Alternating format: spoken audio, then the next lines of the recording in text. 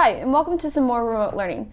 Today I'm going to be going over a few Calc2 examples for telescoping series, and this is just to help supplement you for your online education.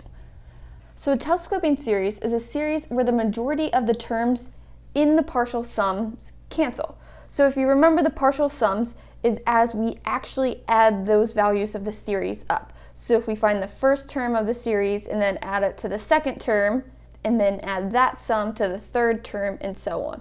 Those are our partial sums. Now, step one for this telescoping series is to define S sub n. So S sub n would be the first term plus the second term plus the third term plus the fourth term, so on and so forth, all the way up to the nth term. That's what S sub n is. And we're going to write that out explicitly. So we're going to define S sub n. And it's going to be easy to define because in telescoping series, the majority of the terms are going to wind up canceling out. So because those terms cancel, S sub n is going to seem like a lot, but it's really going to be probably 2 terms. And I'll show you that in the example. And then the next step, after we define S sub n, we find the limit of S sub n as n approaches infinity. Once we find that limit, that is what the actual series will do. So if it diverges, if the limit of S sub n is infinity, then it diverges. However, if that limit of S sub n as n approaches infinity is some finite number, then we know it converges. And the nice thing about telescoping series is that we actually know that it converges to that number. So let's jump into number 1. In number 1, we're going to evaluate the following series. We have the summation from k equals 1 to infinity of the ln of k plus 1 over k. Now this is a little bit of a hidden telescoping series.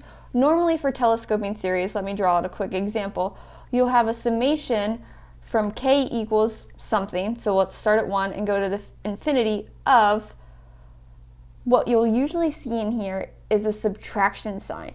So we could do, for example, let's do 1 over k minus 1 over k plus 1. This is a sure sign that it's a telescoping series, because when I plug in 1, I get 1 over 1 minus 1 over 2. And then I'm going to be adding that to plugging in 2 now for k, 1 over 2 minus 1 over 2 plus 1, which is 3. And then I'll plug in one more number. Let's go to a k value of 3. That'll be 1 over 3 minus 1 over 4. And you can see that subtraction sign is a big deal because this negative 1/2 cancels out with this positive 1/2, this negative 1/3 cancels out with this 1/4, and so on. That's a sure sign that it's a telescoping series. However, this one I gave you, it's kind of a hidden telescoping series, but we can use log rules to help us rewrite it. So remember, the ln, if we're dividing within an ln, we can split it up as subtraction. So this is going to be the summation of k equals 1 to infinity of the ln of k plus 1 minus the ln of k. Now you can see that sure giveaway, we have a minus sign here. So let's go ahead and plug in k equals 1. So when I plug in k equals 1, I'm going to get the ln of k plus 1, but remember k is 1, so the ln of 1 plus 1, which is 2, minus the ln of 1. That is my k equals 1 term. So technically this is S sub 1, that first sum, if I was to write this out as the sequence of partial sums. But remember, we're going all the way up to n. So just to see the pattern, now I'm going to plug in a k value of 2. So I'll get the ln of 3 minus the ln of 2. Let's continue on this pattern, plugging in a k value of 3.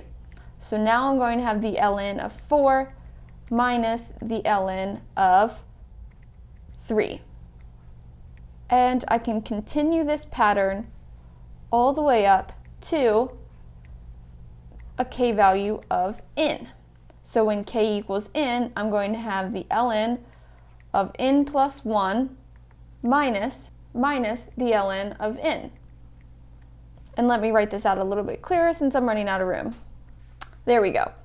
So this is what S sub n is equivalent to.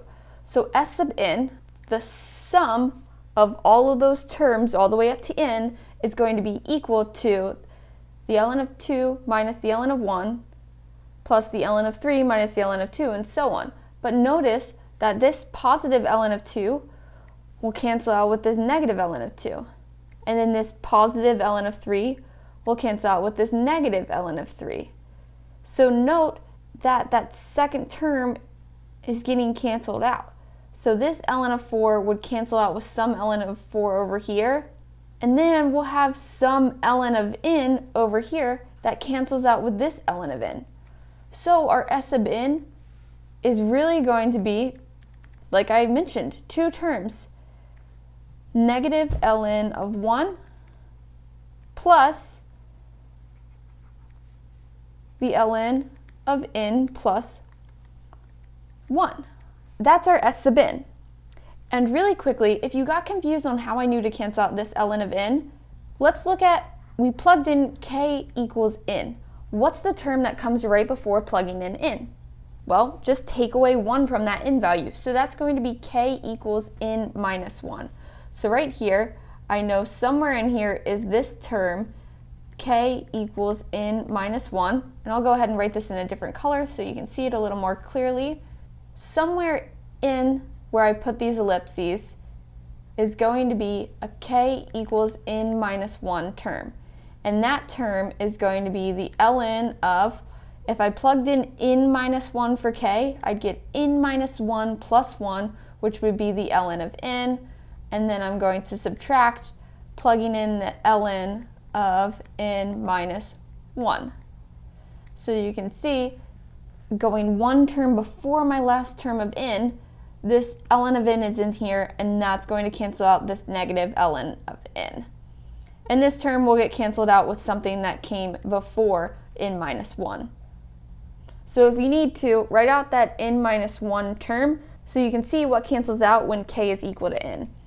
So we have our S sub n. That's step number 1. Step number 2, we have to take the limit of S sub n as n goes to infinity.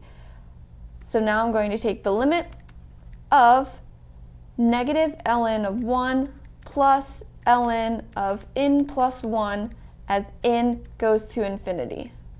You can see that this negative ln of 1, well, the ln of 1 is just 0, so that'll go away. And as n approaches infinity, ln of n plus 1 goes towards infinity. So the limit of my S sub n term is infinity, therefore my original series diverges because I got infinity. So now let's move on to B, our next example. Again for B, I threw in a hidden telescoping series. If you're using this video as a review, right now I'm looking at this and trying to decide whether to converge or diverge. I'd probably use a comparison test with a p-series. If you're not using this video as a review, don't get confused on that. You'll learn it later. But this is a telescoping series that's hidden. So what I'm going to do, I'm going to use partial fraction decomposition to break this up. So this series is going to be equal to the summation of k equals 1 to infinity of 1 over, I'm going to factor k squared plus 9k plus 20.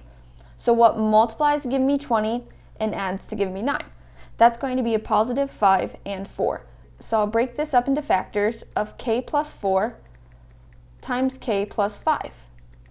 Now that I have my factors, I'll do partial fraction decomposition.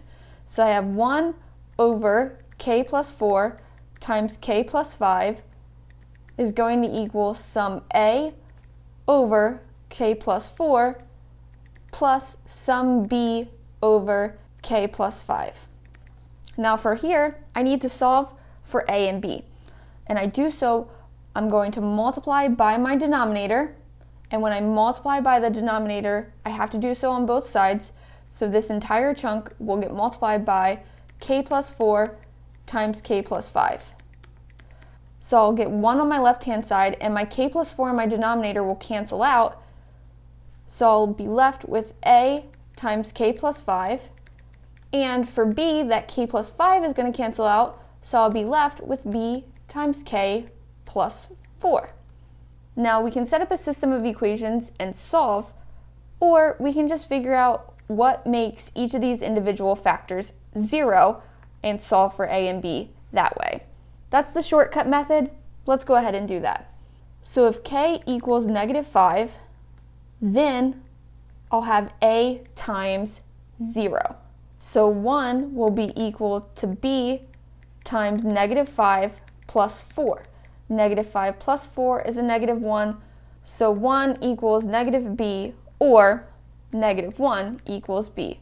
So I know that -1 is b.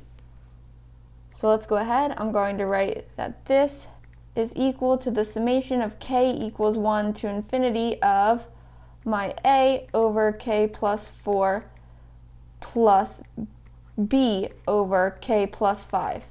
But what did we just figure out? We figured out that b was -1. So let's go ahead and fill that in. So my b value is really going to be -1. So as opposed to adding, I'll subtract that 1 over k plus 5. Now we just need to figure out what a is. And I'll go ahead and erase this so I don't have to continue on to a new page. We already set k equal to -5 to make our a term get multiplied by 0. So now if we set k equal to -4, then our b term will be multiplied by 0 and go away. So we'll be left with 1 equals a times -4 plus 5. -4 plus 5 is +1, so 1 is going to be equal to a. Now I'll just plug that in into my series. 1 is equal to a. So now that I've done my partial fraction decomposition, you can see that I have the summation from k equals 1 to infinity of 1 over k plus 4 minus 1 over k plus 5. And we can tell that it's telescoping because these terms, they're subtracted. So let's go ahead and write out a few terms of this series so that we can get our s sub n. So s sub n is going to be equal to, let's start by plugging in a k value of 1 because that's where our series is starting at. So k equals 1, that first term is going to be 1 over 1 plus 4, which is 5, minus 1 over 1 plus 5, which is 6. Now I'm going to plug in a k value of 2.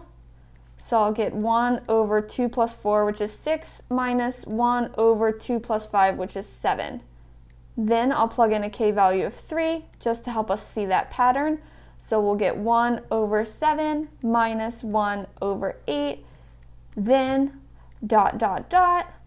I'll plug in finally when k is equal to n.